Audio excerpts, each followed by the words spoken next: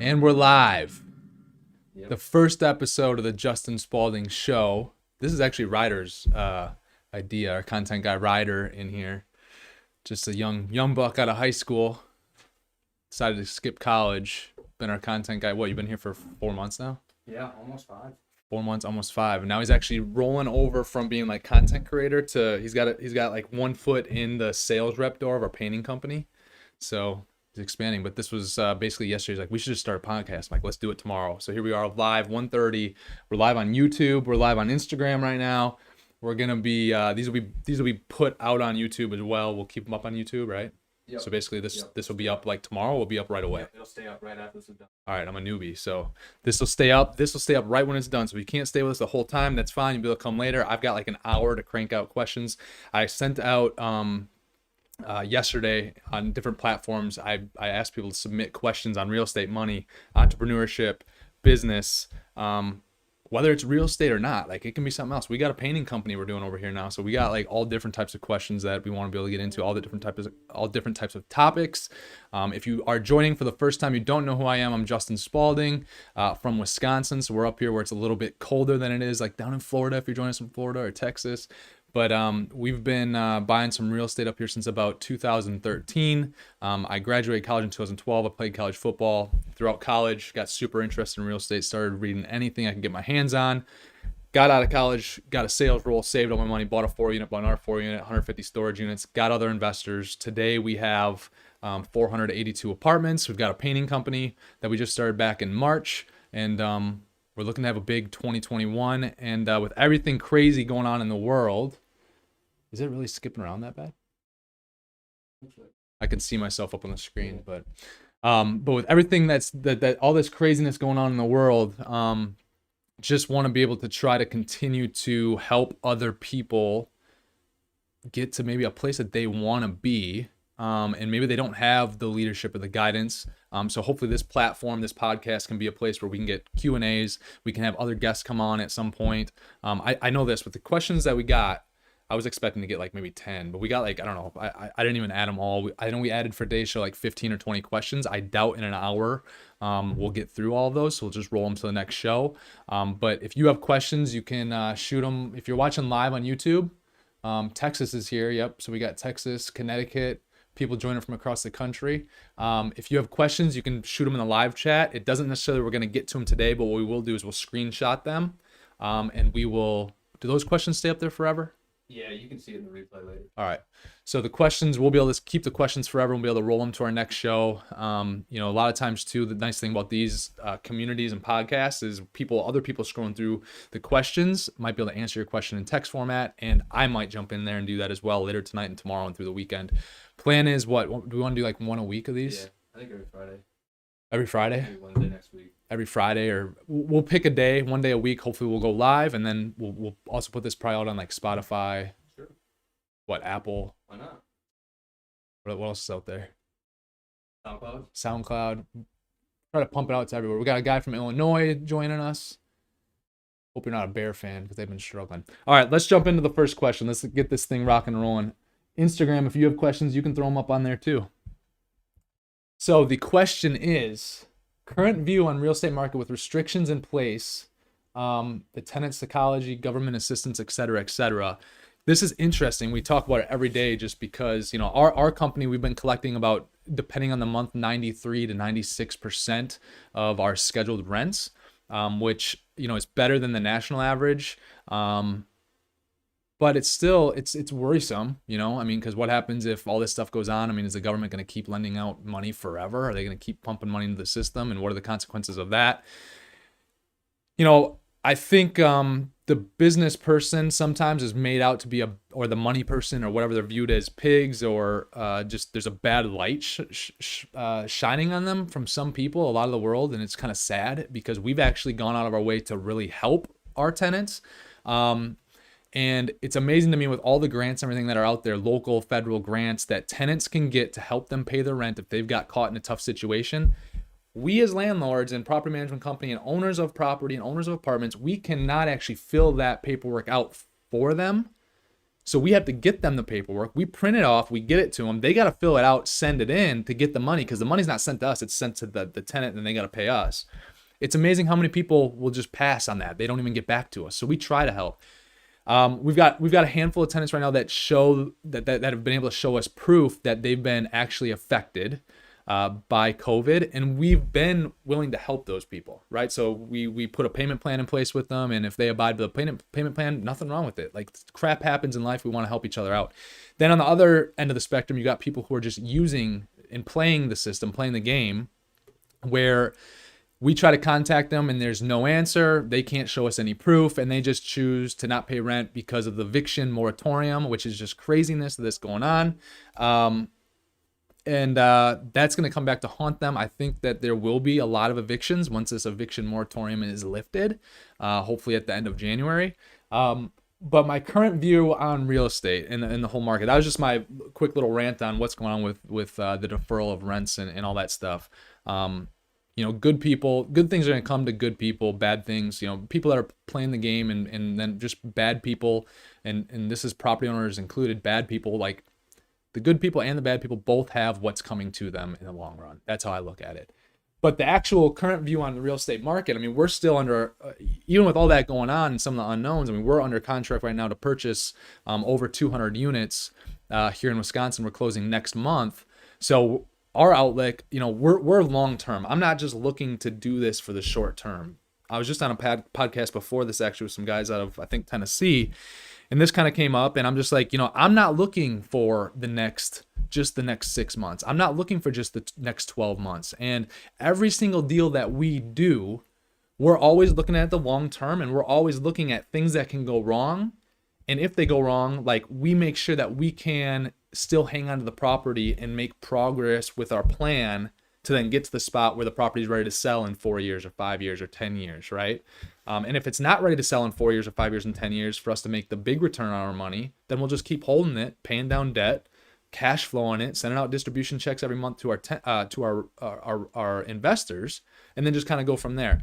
So that's a little bit of my current view. I mean, we're still buying. I think you've been paying attention at all, if you're already in this world a little bit. Eddie, what's going on from Birmingham? What's going on, Eddie? You the man. This current environment, I mean, lumber is going through the roof right now. The cost of lumber is way up over the last year. The building materials in general are way up. I mean, the cost of, it's hard to get appliances right now. I mean, some of these costs and some of these things are going through the roof. And then if you look at, depending on how much power the Democrats end up with over the next 4 to 8 years, there could be more regulations, right? Well, if there's more regulations, that's also going to, more regulations means more time, more headache, more attorneys, more delays. And when you have all that stuff, everything gets more expensive, right?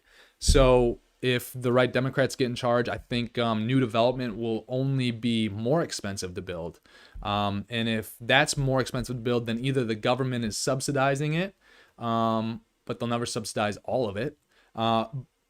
And also, if you already own real estate, because new real estate costs more to develop, that's also going to raise the price of the real estate that you already own. So as long as you're getting into these deals, not expecting to get out in 1 or 2 years, or have to be out in 1 or 2 or 3 years, and you're buying smart, you're not over leveraging, it's going to be good for the long term. It always is good for the long term, but you got to be able to hold on to the real estate long enough and be able to make it through the down times for it to be really good for you, right? So like this deal that we're doing right now, we're about 72% loan to value. So we're not going to be over leveraged. We've got, another 6 figures, almost 7 figures worth of money sitting in a bank account for repairs and just for unexpected things. So we're coming to deals with a lot of excess cash. When COVID first happened, before all the money was just being printed and handed out from the government to help people get through, I looked at all of our cash accounts. I'm like, okay, how long can we make it through? If we have zero revenue coming in, how long can we make it?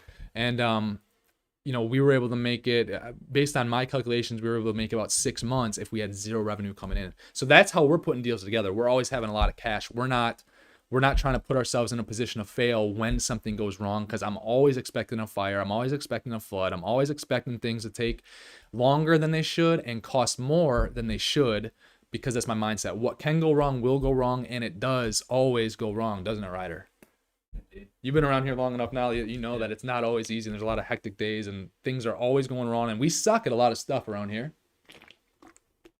But we're also really, really good in the big picture of things too. I think my viewpoint on just saying, we're going to wrap this question up and go to the next one in a second. Some people are like, what do you mean you suck? I'm never someone that spikes the football. I don't celebrate very often. So when we accomplish something, I'm like on to the next thing. And when you're always on to the next thing, and when you're always all about growth, nothing is ever really good enough for you in your eyes. Things can always be better, right? So that's that question. Let's roll on to question number 2. How much time did that take right there? 15 minutes. 15 minutes in and we're one question in. Awesome. Instagram, if you have questions, I don't know people are watching. Oh, we do have some questions coming in, but Eddie, Zach, Mark, Griffin, anyone else that's watching live? Do we know how many people we have watching live right now? Yeah. One? My mom's probably 15. watching. 15. Okay, cool. My mom and dad, my sister, that's 3. My grandpa and grandma are probably on. That's 4 or 5. And my wife might be, if she's in between patients, maybe she's on. So 6. We got 15 people. 6 of them are family.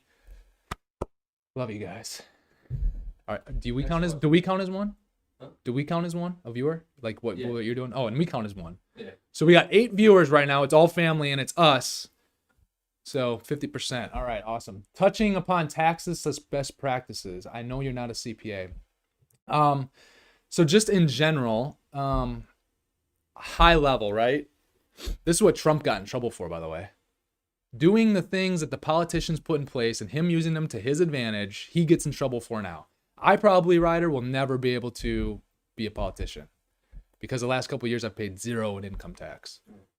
And they're going to be like, this, he's a thief. No, like you play by the rules, right? So how I view taxes and how we treat our business, right? The name of the game in business is to be as profitable as possible, to keep, right? To make a lot of money, but not only to make a lot of money, but to keep what you earn, right? And while keeping what you earn and what you make, part of it is being able to be smart and have a team that helps you look at what you should do for taxes. So throughout the year, we're obviously very diligent with what we're doing around here with our income statements and balance sheets, and we're always reconciling everything every month. And, you know, we're on top of all that stuff. It's very, very, it's very noted, I guess you could say. It's very detailed. It's very documented. Every transaction that we have, every rent payment, every interest payment, every payment for a new appliance, every bucket of paint that we buy, it's all accounted for here in our books. The reason for that is because if you keep track of your expenses in a business, you're able to write them off, right? That money is going out. And as that money goes out, it's helping you run your business and build your business. And for that, the government allows you to deduct that money from your taxable income, right?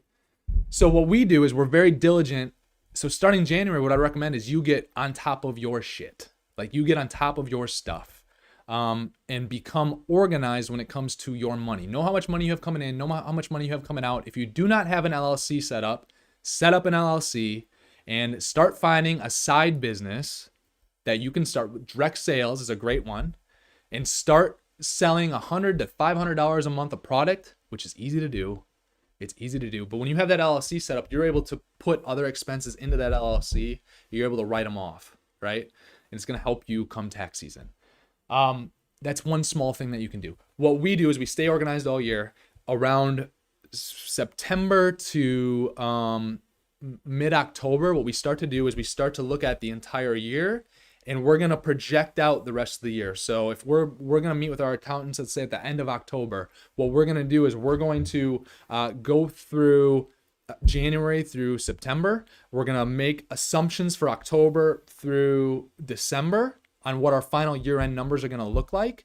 We give that to our accountants. When we go and meet with them, our accountants give us a rundown basically of all of our entities, everything that's going on, and what our tax situation is going to look like. And from that standpoint, if I'm looking at that and we've got $1 million of taxable income, or $50,000 of taxable income, or $5,000 of taxable income, immediately what I start to do is I start to look at what we can do over the next 3 months before the year ends, where we can put money and spend money so that it lowers that taxable income. So this year, for example, I can't remember the amounts right off the top of my head, but we had a number that we were gonna have to pay in for taxes. So we started Prime Painters. I'm like, what things are we gonna buy in the first quarter of 2021 that I can buy in the fourth quarter of 2020, right? So before the year ends, I'm gonna put an inventory order in for 2021 on things that we're using all the time: rollers, the long sticks with the extender. I can't think of their name right now. Ceiling paint, tape, masking paper, rosin paper. I don't know if it's spelled rosin paper or rosin paper, but you get that gif. We're gonna do some of that stuff because the expense is gonna be recognized this year. It's gonna lower our taxable income. I'm looking at I got pricing on billboards, and I'm gonna pay part of that up front so it falls into this year because we're gonna write it off. We bought a truck for Prime Painters. We're gonna write the entire $30,000 off. I've got it to a point where if we weren't doing this tax planning, if we were not doing the tax planning, I would have gotten to the end of the year and be like, oh shit, I still have this that I'm gonna have to pay out in taxes. But because I'm ahead of the game, I know about how much I can spend that I'm going to spend on my business anyways to help it grow. But then it's going to also lower my taxable income, right? Now, also being in real estate, you're also highly favored and pretty blessed, like Donald Trump was, right? So as a full-time real estate person, you can write off all your passive losses from real estate investing and all that stuff against all of your income, your salaries and all that stuff. You can't do that if you're not a full-time real estate person. So there's a benefit to being a full-time real estate person as well.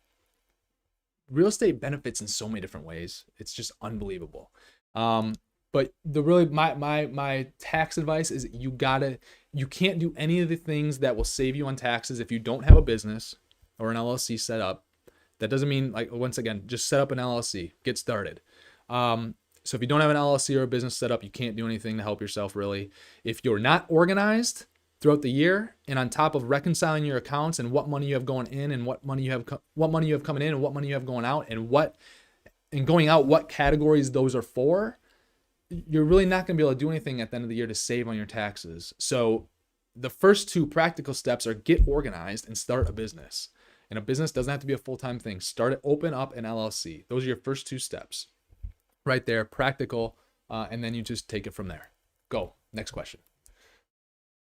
Why did you pick painting over another type of contracting or different business area? I picked painting just from the simple standpoint that we had two common areas it was a 88 unit property that we have and a 42 unit property that we have, and we were going to paint the common areas, so all the hallways, the laundry rooms, stuff like that, right? The stairwells, all the common areas, the entryways. We still recording? You doing all right? Yeah. Okay. And so we were getting bids for those, and I was seeing the bids, and I'm like, oh my God, like this is crazy how much it's costing. Because I got an idea. I'm not an idiot, right? I'm not the smartest person on the planet, but I'm also not an idiot. And like I'm looking at how big of a space it was, and the bids that we were getting were just outrageous. And I'm like, we need to just start a painting company.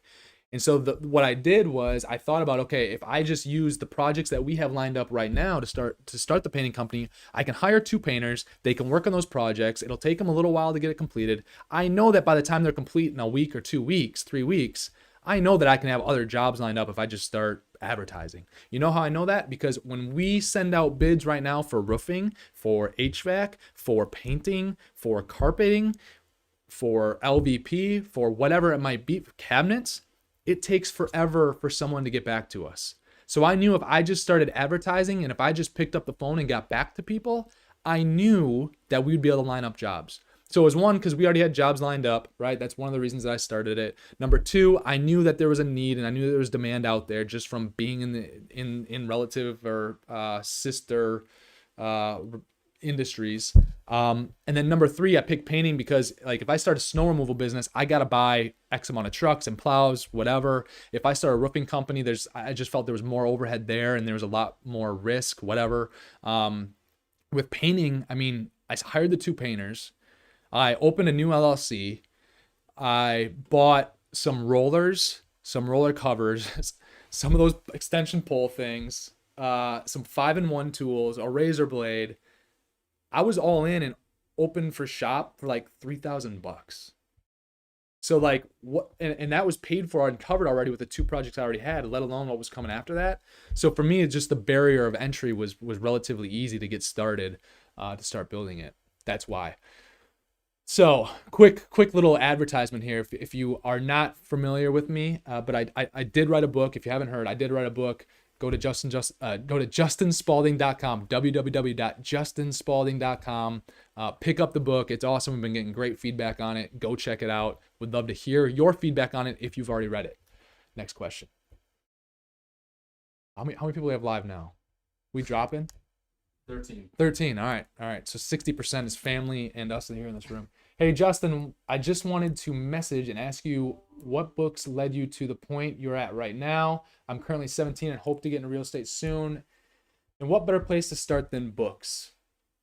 I make this argument all the time. I got to get a swig of water because thirsty. I get into this all the time with people where there's a big issue in the country right now. People are not financially educated. And I truly believe that if people were actually really understood how money really worked, because I'm telling you, 0.25% of the country, not even the top 1%, not even the entire top 1% understands how the money really works. It's maybe like a quarter of that top 1% really understand. 0.25% of the people on planet realize how money actually works. And if that could just change, I really think the outlook of the whole world would be completely different. Some of the things going on in the world right now would not be going on. And it just is amazing to me because everyone can find every excuse in the book why they don't have $250 to go out and buy a handful of books that will teach them almost everything that they need to know. Now they just got to go practice it. But they're willing to go to school and spend $30,000 a year and spend money on an education, which for 80% of the people that go to school is a complete waste. Once again, if you're going to be a veterinarian or a dentist or a doctor or an attorney, I get it. You got to go, right? And you need to go, and it's important. It's a good investment. If you have no freaking idea what you want to do on this earth and you're just going to go to school and you think that's going to solve your problems, you're not, I can tell you right now, you're not wise with your money, and it's just not a good decision. So what books would I recommend to get started with to the point that I'm at right now where I understand money? I would read Rich Dad, Poor Dad. That's number one. And Rich Dad, Poor Dad really gets you to understand what a real asset is. An asset is not the car you drive. An asset is something that pays you every single month. And I'm not talking about it builds equity and that's it. I'm talking about it writes you a check every single month. You have money coming into your actual bank account that you could take out the next day. Money coming into your actual bank account every single month. That's a true asset.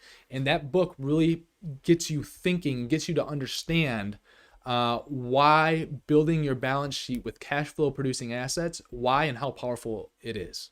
And it starts to show you how. It gets you thinking, right? So that's number one.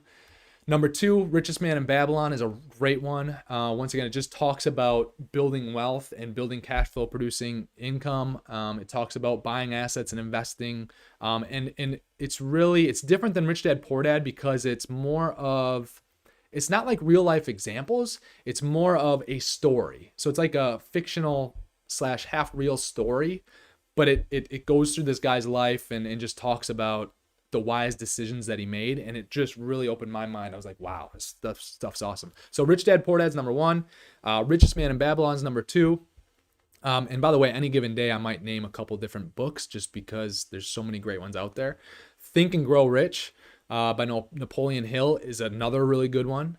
Grant Cardone, The 10X Rule is a really good one. My book, The Sure Thing, I promise you, is a really good one that you can get at www.justinspaulding.com. That's a really good one that has shown my whole journey. Art of the Deal by Donald Trump. What's it called? There's another one by Donald Trump that's called Billionaire Lessons for the Small-Time Investor. Billionaire Lessons for the Small-Time Investor by Donald Trump and his attorney. That one is really good. Those are some really good ones right there to get you started. And if you want to start with one, I would start with Rich Dad, Poor Dad. I always say that just because that's the one I started with. and that'll open up your mind. Now, these books too, what I would always do, I would always read them like once every 12 to 18 months. Because as you read them, the next most important thing, Dennis, is to be able to implement and use what you're learning, not just to soak in all this knowledge and not do anything with it, right? So as you read the books, you start to do what the books are telling you to do. And then you read the books again 6 months later, 12 months later, while you're starting to do, and other things in the book start to make really a lot more sense. Other things that maybe were over your head at first, that's okay, that's going to happen. But things that were over your head at first, they'll start to make sense with time. All right. So Dennis, that's what I recommend. Go pick up some of those books. I'm telling you right now, $250 worth of books, and they can be used books. So you can probably buy Rich Dad Poor Dad for like $8. I don't know. You can probably buy Richest Man. You got a new one? For like $9. $9. Ryder took my advice, went to Amazon.com, got Rich Dad Poor Dad for $9. That was a new one, by the way, he said. He didn't have all these crusty pages. He had brand new crisp pages. Talk about using your personality strengths and hiring out your weaknesses. So it's about hiring out your weaknesses, but also then things that you have become not too good. When you own a business, you're never too good to do certain things, but things that are not best use of your time. So it's not best use of my time right now to go out and do the sales rep stuff that we're doing for Prime Painters. That's why Ryder's doing it. And you can make a great living there. You can make $7,500, $200,000 a year being a sales rep. But it's not best use of my time with what we're doing with all the real estate stuff, right? So it's weaknesses, but it's also best use of your time. Now, that being said, there was a time this year, I've cranked out 150 estimates this year. And I got a damn good closing ratio, Ryder. I don't know if you're going to be able to beat it. I can beat it. So yeah, because I wasn't too good, but it wasn't worth my time to continue doing that. That's why I had to fill the role, right? I had to fill those spots. So a little bit more on this topic, right? It's also not just strengths and hiring out weaknesses. It's also having the capital to do so. So when I was first starting in the resources, capital and resources to do so. So when I was first starting this whole thing, it was always like, okay, what comes first? All the assets and the businesses or the people? Like I grassrooted this thing, like bootstrapped it from the grassroots. And my phone is driving me nuts. I gotta turn this on vibrate. Take a shot.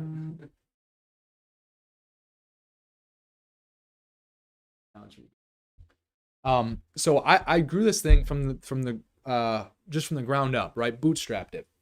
So I couldn't just hire all these people right away. I started with 20 grand. So for me, what came first was I had to build a book of business. I had to go out and buy assets, right? And now good thing I was buying assets that any idiot could have ran, because I was hiring people that definitely probably were not the most qualified for where I wanted to go to begin with. It would be one sit down with them, be like, yep, hey, you're hired, let's roll, because I got to go out and buy more buildings so that I have more resources coming in from those buildings, aka cash flow from those buildings, to then hire more people and more talented people. So it's in phases, right? So I got to the point finally where I had enough money to do that. And I kept buying assets, right? And as I bought more assets, it got to the point where now the people that I had working here, because I hired them so fast, they didn't fit my core values. So now I'm walking around the building all day on eggshells because I knew if I said the wrong thing, I was going to piss someone off and they were going to be out of here and quit. And I couldn't afford that because I didn't have the time to do everything that was going on, right? So it was uncomfortable for a while. So I get to the point I have enough assets, enough cash flow coming in to start building this infrastructure at Spaulding Group and Prime Painters. And at that point, I hire CJ, Chief Operating Officer. She oversees all the managers and the hiring and the operations of the real estate once we buy it.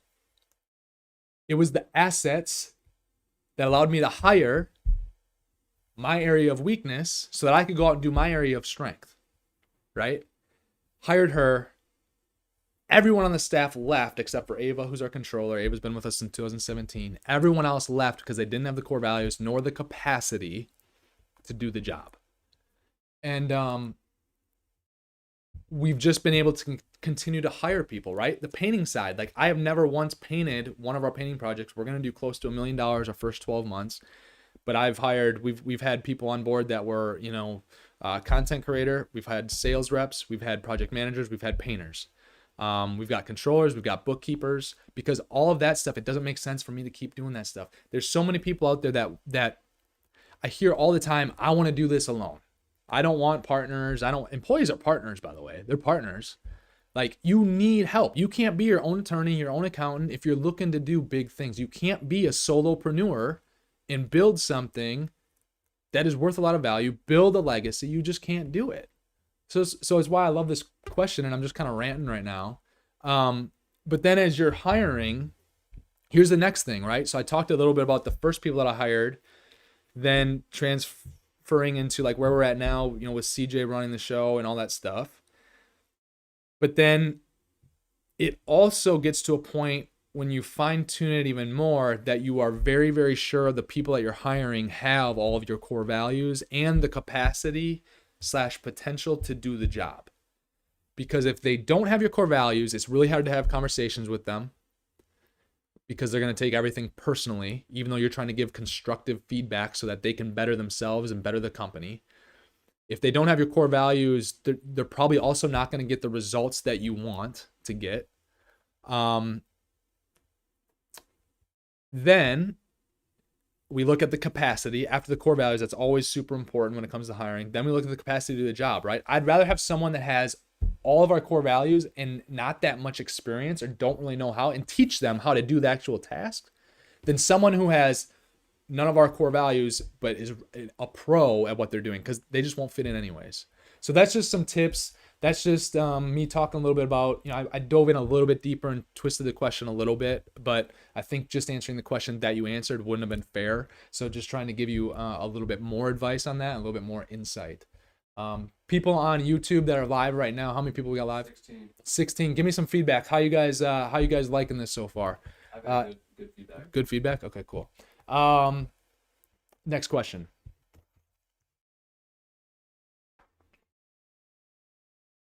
How many property managers do you have for your entire portfolio?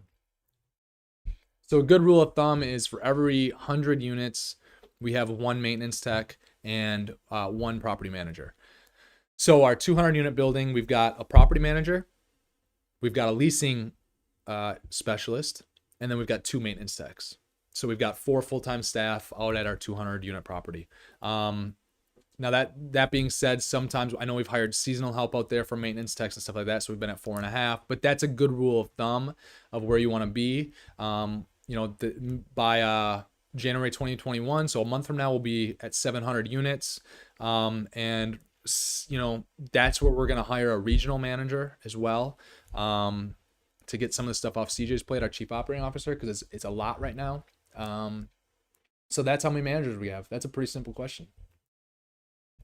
How did you make the decision to start your investment fund, and how'd you scale it? I made the decision because, so in Rich Dad Poor Dad, talking about books, going back to the earlier question, Rich Dad Poor Dad, it talks about using other people's money, OPM, other people's money, and how that can build wealth. And so we bought the 4 unit, we bought the second 4 unit, and we had a lot of success there. It came time to buy the storage units. And at that point in time, we were able to raise $60,000. And that's all we needed to raise to close a $1 million deal. I don't need to go into all those details right now. We raised $60,000. All of that came from an outside investor. I had 0 money in the deal, but I still owned 72% of the deal. That deal built a lot of wealth for me, obviously, right? So that right there, that decision to be able to do that, and in return, obviously, for that $60,000, that investor is super thrilled. She's gone on to invest in us with us in 4 other deals, I think, because we've been able to do some awesome things with her money, and she's getting cash flow every month. So it's never just about me and the benefits that it does for me, but there's some huge benefits in private equity and having investment funds, because we get a 0.25% management fee on the capital that's invested. So if we've got $20 million of capital annually, that's, what's 1% of 20 million? That's 200,000. So it's 50,000. We're very light on our asset management fee, for the standpoint of, I want to attract investors. I want to get paid for performance, not just managing people's money. So we get a 0.25% on the total capital that is invested with us. And then how it works is all the capital, my money in these deals is treated just like all of our other investors' money.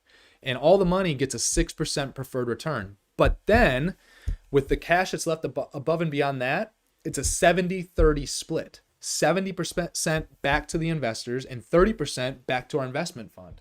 So now for performance, we start to get more of the profits that are left above the preferred returns. And now we still do that and our goal in all of our deals is to 2.5 to 3x our investors' money. So now if we're 2.5 to 3xing our investors' money, there's some pretty insanely good returns for our private equity company. So that's why I started it.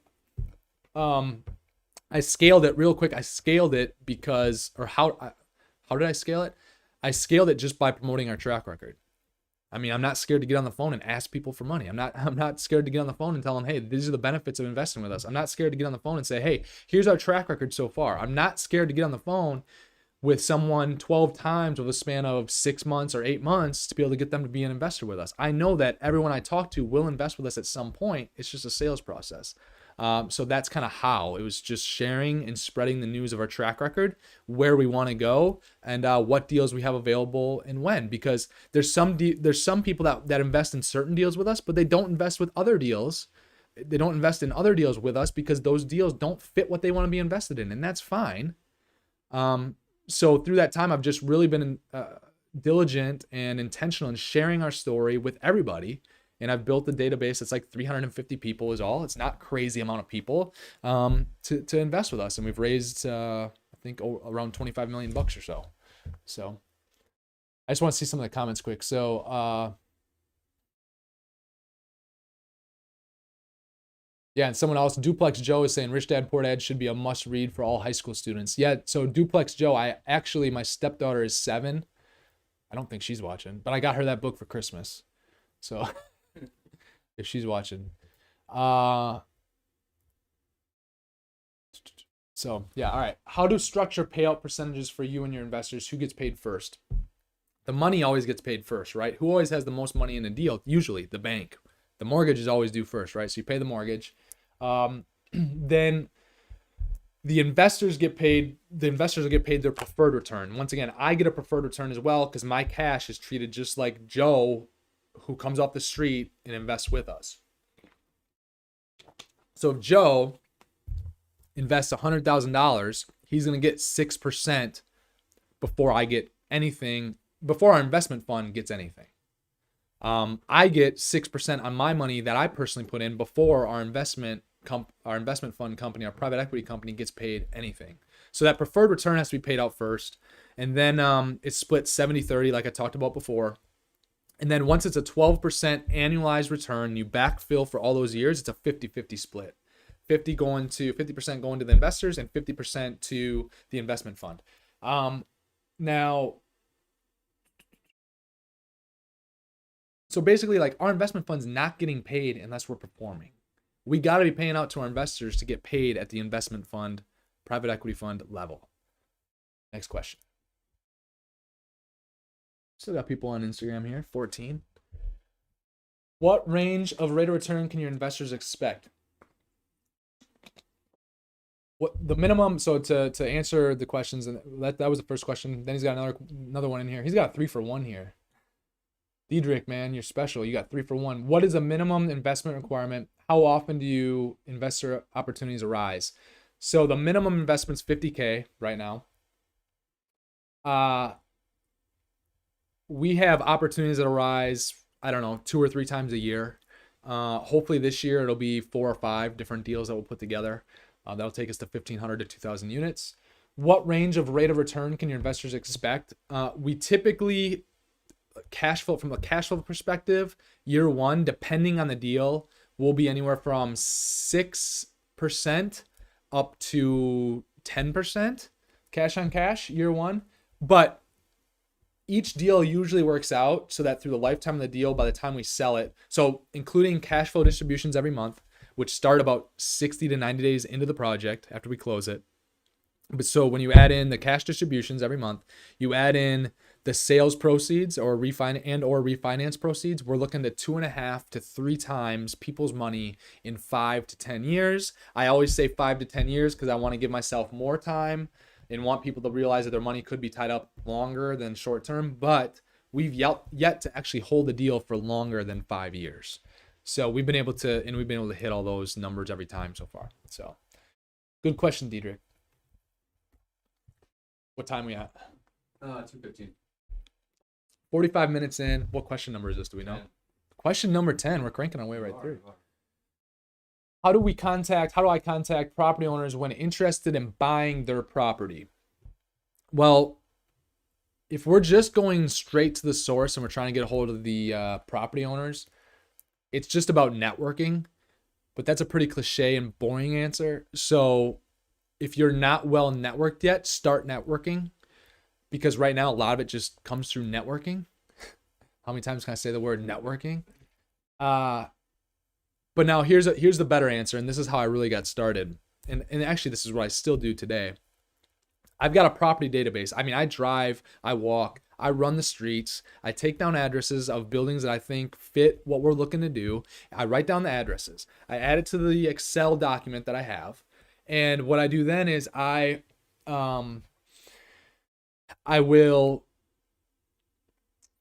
go and find the tax parcel information. So pretty much wherever you're at, you can find out who owns a property, whether it's an individual person or an LLC. So if I go to the county website, I can find the tax records. I can find that parcel by searching by the address. I then click on that parcel, click on that address, and up pops the owner. Now, when the owner comes up, it'll be an individual person. If it's an individual person right there, I then go to White Pages. I pay $5 a month for whitepages.com. I search that person, and there's like usually 6 numbers listed for each person. I just start calling it. I just start calling them. That's how I do it. Now, if you go and you see that the owner is an LLC or some type of a corporation or a business and there's no individual, the next step in Wisconsin, we can go to Wisconsin corporates is what I Google, and I can go to a website that then allows me to type in the corporation, and it allows me to see who the registered agent is of that corporation. And a lot of times it's the person that owns it, and then I'm going to the White Pages and searching that person. Sometimes that might be the property manager. Sometimes that could be the management company. Sometimes that could be an attorney for the person. But like for our portfolio, for example, someone can track me down through all those things if they wanted to, because I'm the registered agent. So that's what I do, and then it's just once again a cold calling situation where you get on the phone and dial it up, and you got to be able to, here's an example. You got to be able to call over and over again, just like I talked about before. I just saw a property not last Friday, the Friday before, so like 10 days ago. It's a big property. I'd been calling on that thing since 2012 with no reply. No reply. The property stayed in my database, and I kept calling and I kept calling and I kept calling. I probably called that property since 2012. I've probably called that one / emailed that one / send like mail to that one. I would guess 30 times probably. And finally happened where got in touch with him and made a call, and he picked up the phone and met him out there to do it. So being able to pick up the phone and get this database going pays dividends. It just takes time. And once again, this world is so short-sighted, and everyone wants something right now that it's like they can't be patient and work hard for it. So just work hard, put your head down, and start making calls. Next question. Passive income tips while in college.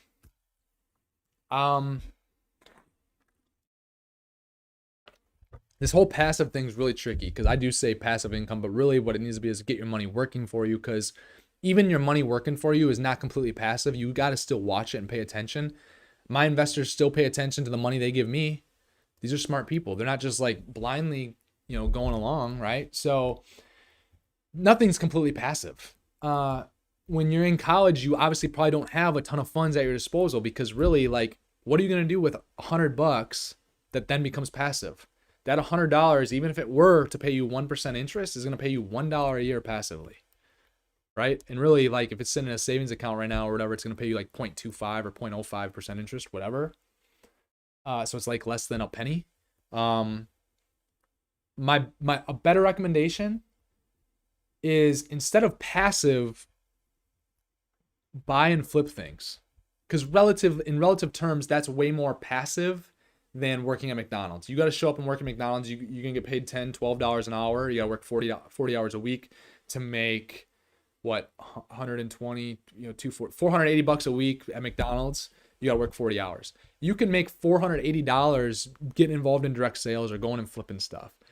And you can do that in maybe one day, less than a day per week. So I would encourage you, instead of worrying about passive income, because passive income just ain't coming to you unless you can get money working for you.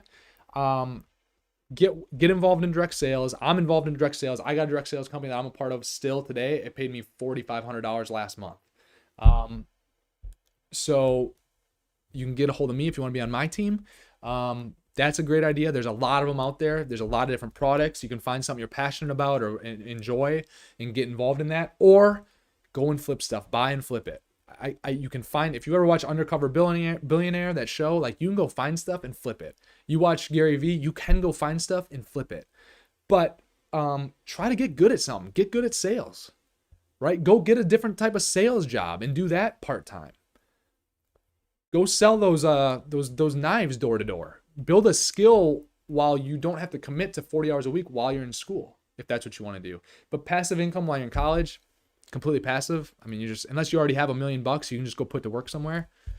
Not really able to do it. What suggestions do you have for college students wanting to get involved in real estate? So just basically do exactly what I did, because this is exactly who I was in 2008, 9, 10, and 11 through 12. I don't know. I was only in school for like 3.5 years, but I graduated high school in 2008. So the fall of 2008, 09, 10, 11. It's the same thing that I did, a little over a decade ago. I was this person. And my suggestions are, one, you got to learn. You got to find a way to make money. You got to save that money with a mindset that you're going to invest it. You got to go out and look for investment opportunities. And then you got to pull the trigger on those investment opportunities and put your money to work.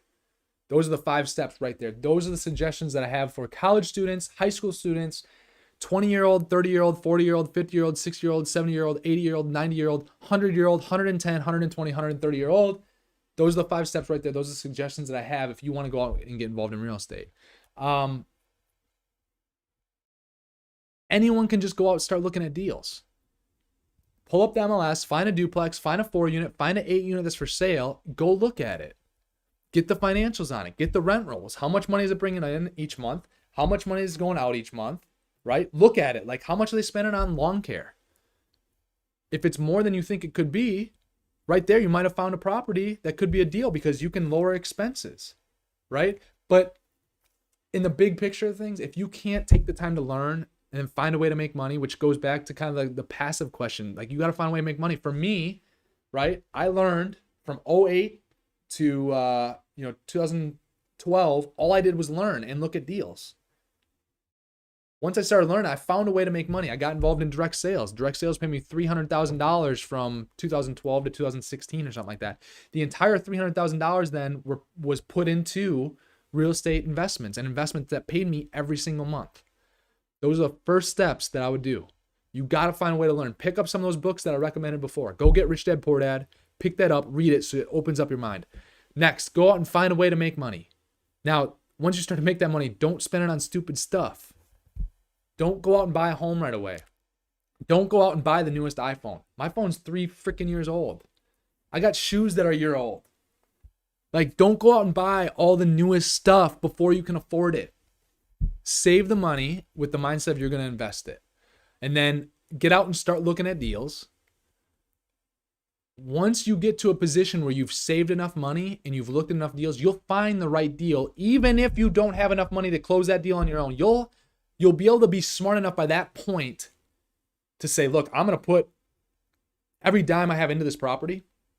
It's $50,000. You'll be able to go find another investor at that point who will give you 100, who will give you 200 to make the other portion happen. You will.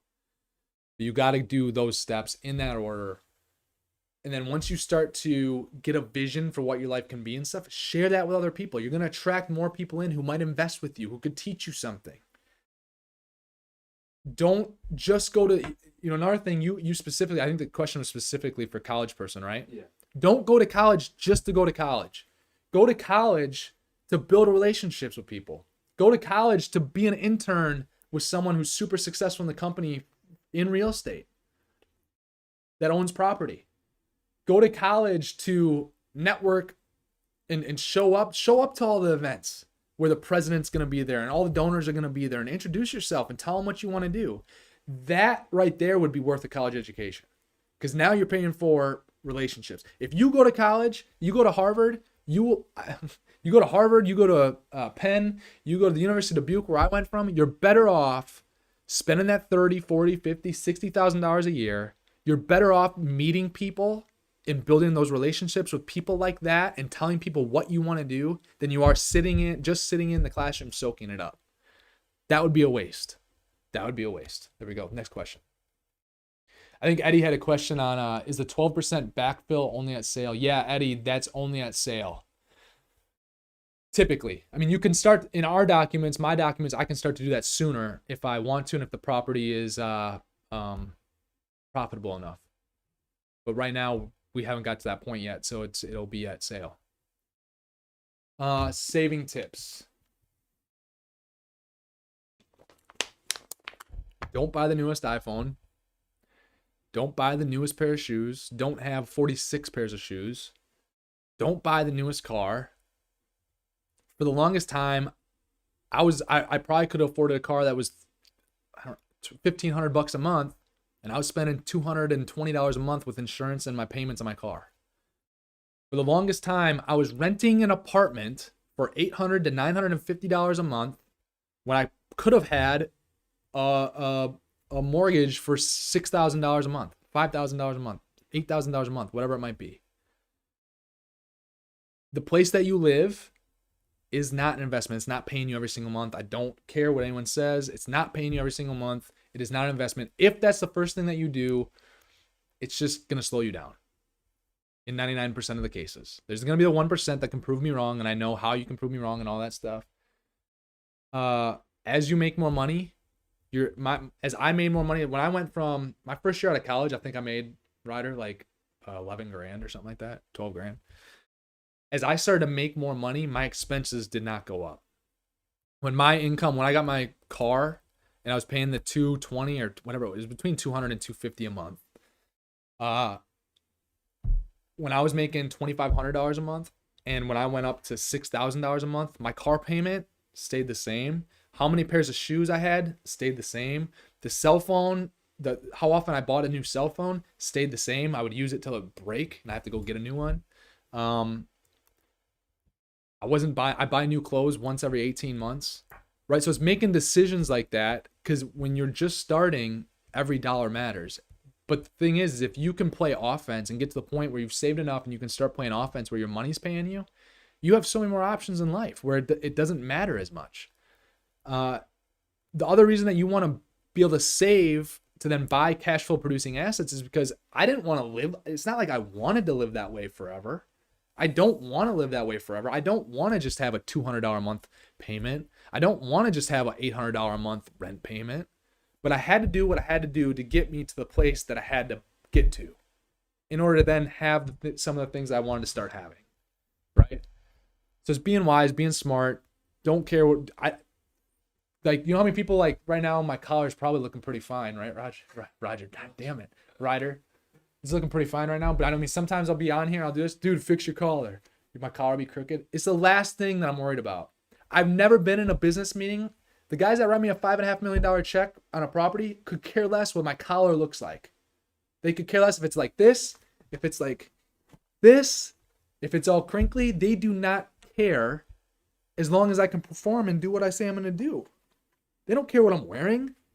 When I've met with them, I've never had a suit and tie on. They've never actually had a suit and tie on. A regular little polo and shorts they came and showed up one day. And these guys are like uber well. Like some of the things in this world just blow my mind. And it goes back to how money really works and who money really flows to. Saving tips. That was it. You got anything you want to chime in at all or what? No, I'm good. How many people we got live over there? I think we reached up to 20 at one point. We got 15 now. Damn. Hi, Mom. Hi, Dad. What does my personal daily schedule look like? So Ryder knows this just being around me a little bit. A lot of it's in office, on phone call, like on the computer, answering emails, getting out, looking at deals, right? My calendar is actually ebbs and flows. Like I can come and go. It's rare that my calendar is just completely like rock solid booked. It doesn't mean I don't have activities to fill, right? I have time slots filled with things I need to get done, but when something more important comes up, I have no care in the world to switch things around and move them. I like to be able to be fluid. So when big things do come up, I can show up, right? So that's kind of, when I personal daily schedule, what I'll say, going in a little bit more detail. I mean, I wake up from, it can be anywhere between 5 and 7:30 a.m. depending on the day. Usually in the week, I'm up between 5 and 6:20 a.m. Usually go to bed. I mean, my wife's a freaking night owl, so I usually go to bed. She's usually up a little bit later than me, but I usually go to bed between 10:30 and 11:40. And then on the weekends, there's some weekends, I would say 1 out of 14 days, sleep in until like 9 on a weekend. But other than that, I'm usually up and at 'em. Go to bed semi late, but I get enough rest. When I need a nap on a weekend, like I take a nap. I sleep when I need to sleep. What else? My daily schedule. Been inconsistent lately with my workouts. Usually I like to, in my past, I would work out in the morning. Typically my workout schedule lately has actually been better where I've worked out on the weekends and then used the back end and the front end of the weeks to get my other workouts in versus doing it in the middle of the week. For some reason, like it just doesn't work for me. So that's what that looks like. But the rest is just, it's meetings, it's phone calls. It's the most important thing. Like everyone's worried about their schedule being too busy, or they're saying they're too busy. Well, no, it's not important enough. That's fine. Just say it's not important enough. You're not too busy. You're never too busy. Like you can be 2 places at once if you have to be, right? If you overbook yourself, you're in a good position. It's okay. Take the most important thing, roll with it, push back and delay the things that aren't more important. I had 2 things today that I had to say, hey guys, I got to cancel this. I got to move it to tomorrow or a different day, because it fell down the radar or the list of importance. I want to knock out the big things, the important things, the hard things. I want to be able to knock those things out now, right? And a lot of times, like even if my schedule is double booked, I can still get both of them done. But it's a mindset thing. All right. 2:30, last question. Ooh, 2:30. We timed it out pretty good. Yeah. Want to be on here for an hour Kevin Albright. Do you know Kevin? I think I'm 99% sure Kevin's from Milton. I just can't see his picture right now because I know his face when I see him, and I think that's Kevin. But Kevin, yeah, Kevin's from Milton for sure. Look him up. He plays in the alumni basketball tournament. I always see him there. Oh, really? Yeah. I might then. His real estate question right now is regards to condos. How to analyze financial health of a condo association before purchasing. Kevin, I threw you on here because I like you, man, and but I don't have the best answer for you, and I'm not going to just sit here and act like I do. I don't deal much with condos. I've never even looked at a condo deal. The things that I would look at is just, once again, you have the income and expenses. What are they? Who are they going to? What's it entail? What services are you getting for those expenses? Can rents and the value of the properties be boosted? And if so, at what cost or at what investment? And is it worth it? As far as looking at like the financial health of a condo association, I don't know, because it's not what I do. I don't know. But I can tell you this, always the asset comes first. What conditions the asset in? How much is it going to take to get it to where it needs to be able to perform for you? So I know I'm not a lot of help for you there, but thank you for your question. So what, that's the last question? That's it. All right, cool. Yeah, for sure. Duplex Joe, no doubt about it. Delayed gratification is like the 8th wonder of the world. And thank you. Those are solid saving tips. I know, because they work. The stuff that I'm giving you guys on the podcast and on Instagram, Facebook, like the things that I talk about, it might seem repetitive or whatever, but it's because it's what I'm actually doing every single day. It's what I've done since 2009. It's what I've done. Actually, a lot of this stuff too, even applied to like sports in a way. So I've been doing this like my whole life. And if I don't know a question, I'm not just going to make some shit up and like act like I do. I don't know. If I don't know, I'm going to tell you I don't know. And I can tell you my thoughts and what I think. And I can probably be pretty close with an assumption and a guess, but I'm not going to tell you something if I don't know it. So appreciate you guys hopping in to the first show. What are we calling our show? The Justin Spaulding Show. Appreciate you guys tuning into the first episode of the Justin Spaulding Show. Thank you so much. It'd be awesome if you did go check out my book. If you haven't got it already, www.justinspaulding.com. You can see it right down here. Go check it out. Go pick it up. I know we've had some shipping delays lately and it's been annoying and stuff, but I think that's just the world right now. I think everyone's facing that. You'll love the book. It's my entire basically story from, I share parts of it from growing up, but then mainly from, starting with nothing and just learning and not knowing anything about real estate. I talk about that and how I got to gain knowledge. I talk about my whole process, how I got my first property and how I saved, how I did some of these bigger deals, how I set up our fund, our private equity fund, and took on other investors, how I got those investors. I go into depth on every single deal that we did using the numbers and everything. So if you haven't got the book, yeah, Eddie, I know Eddie's he's been a great supporter over the years. He enjoyed the book. But yeah, would love for you guys to get the book. I know it'll help you. Would love to hear what you think about the book. And if you could subscribe to my YouTube page, that'd be awesome. That's where we're going to do this live every week. Yes, the recording will still be up there. But if you could subscribe, if you could share, anyone looking to get more knowledge on money, on business, all types of business, on money, cash flow, business, investing, capital expenditures in a business, whatever it might be, we want to be able to be a resource for those people. So if you could share it with those people that would be impacted and would enjoy this, that'd be awesome. If you have other questions based on the things that we went over today that you want me to go more in depth on next week, let us know. I think they can put them in the comments, right? Like we said before, or you can let me know via Instagram, Facebook, wherever. Let us know. We can add them to next week's show. Hope you tune in with us next week. Share it, like it, comment on it, and we'll talk to you guys soon. Have a Merry Christmas, by the way. I don't think we'll see you guys on the podcast, obviously, before Christmas. Have a Merry, Merry, Merry Christmas.